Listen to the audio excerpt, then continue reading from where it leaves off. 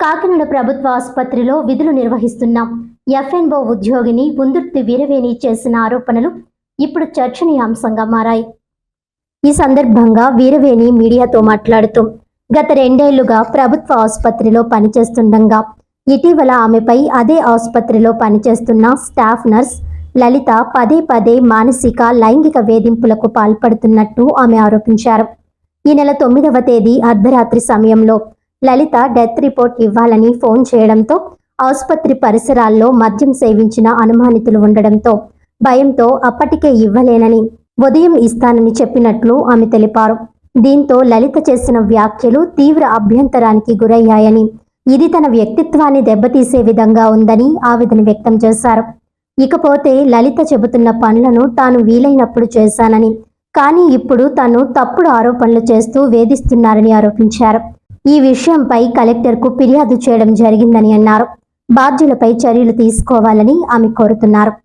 గౌరవనీయులైన సూపరింటెండెంట్ గారికి, deputy collector గారికి, నర్సింగ్ సూపరింటెండెంట్ మేడం గారికి, గ్రేడ్ 1 మేడం గారికి, గ్రేడ్ 2 మేడం గారికి, నేను SBSSలో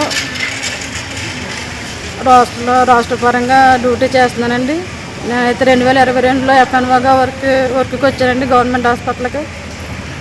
మాకు ఏదో చిన్న జీవనాధారం దొరికిందని చెప్పేసి మేము సంతోషంగా వచ్చామండి.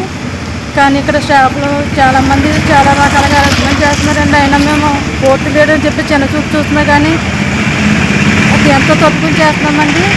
అయితే ఈ నెల 1వ తారీఖు నుంచి లలిత స్టాఫ్ గారని ఒక ఆవిడ వచ్చారండి SBSSకి. ఆవిడ వచ్చిన కాంచి నన్ను చాలా విధాలుగా వేధిస్తున్నారండి. ఆవిడ ఒక రకంగా వర్క్ పరంగాను, అలాగే ఆవిడ చెప్పినట్టు వెళ్ళాలంటే ఆవిడ వర్క్ కూడా నాతో చేపిస్తున్నారండి. చేయనన్నానని నన్ను టార్గెట్ చేస్తున్నారు. అలాగే అసభ్యకరంగా నన్ను ఎక్కడ పడితే అక్కడ తాగుతున్నారండి. దట్టు ఆవిడ పక్కనే పడుకోమంటున్నారండి. నేను పడుకోనన్నానని చెప్పేసి నన్ను పర్సనల్గా టార్గెట్ చేసి ఎప్పుడు పడితే అప్పుడు ఎలాగంటే అలాగే ఏడిపిస్తున్నారండి. నేను ఏం చేసినా కానీ దాంట్లో తప్పు ఎదుగుతున్నారండి. పైగా నా మీద తప్పుడు కంప్లైంట్లు కూడా ఇస్తున్నారండి వర్క్ చేయాలంటున్నానండి. నేను ఎప్పుడు ఏ స్టాఫ్ గారితో మాట్లాడిపించుకోలేదండి. నన్ను చాలా అసభ్యంగా ఆవిడ ట్రీట్ చేస్తున్నారండి.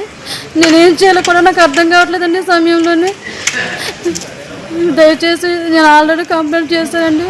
మరి అంతవరకు ప్రాసెస్ వచ్చింది తెలియదండి. నేను చాలా ఏడిపిస్తుందండి ఆవిడ స్టాఫ్ గారు అయితే మటుకి. నేను సిన్సియర్గానే నా వర్క్ నేను చేసుకుంటున్నానండి. అయినా కానీ నన్ను పర్సనల్గా టార్గెట్ చేసి ఆవిడకి ఇష్టం వచ్చినట్టు నేను ఉండలేదని చెప్పేసి నన్ను వేధిస్తున్నారండి. నా సమస్య మీరు సాల్వ్ చేస్తారని ఆశపడుతున్నానండి. లేకపోతే నా ఉద్యోగం మానేయాలి, లేదా నా ఆత్మహత్య చేసుకోవాలండి. నాకున్న బతుకు తెరుగు నేను పోగొట్టుకోవాలండి. ఆవిడ వల్ల నేను నా కుటుంబాన్ని పోషించుకునే ఆధారం కోల్పోవాలని నేను ఆవిడ వల్ల మీరు ఏదో సమస్య పరిష్కారం చూపించండి సార్.